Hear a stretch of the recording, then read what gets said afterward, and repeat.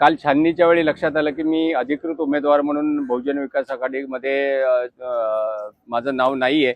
परंतु माझं एकच सांगणं आहे की मी ह्या पक्षाचं गेली 35 वर्ष म्हणजे 90ला आप्पा निवडून आले तेव्हापासून या पाचपायरी विभागामध्ये राहतो आणि तेव्हापासून प्रत्येक इलेक्शनला त्यांचं काम करत आलेलो आहे आणि मी करत राहणार. फोन येऊन मी कोणाकडे गेलो नाही, बीजेपीत नाही गेलो, शिवसेनेत नाही. माझा एकच नेता आहे आणि तो पण लोकनेता हितेंद्र ठाकूर. 2004, 2009, 2015 त्यावेळी दुर्दैवाने काही कारणास्तव पक्ष आमचा नेता मला उमेदवारी देऊ शकला नव्हता.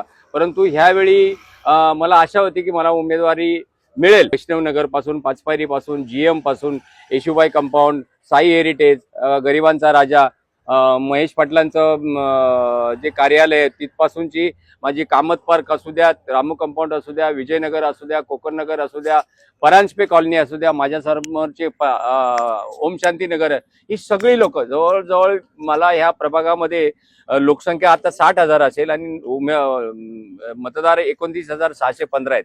त्यातले 2-1 हजार लोक तर मी प्रत्यक्ष नावाने ओळखतो, कारण का मी इतकी शिबिर तुम्ही ज्ञात आहात, लोकांना माहिती आहे.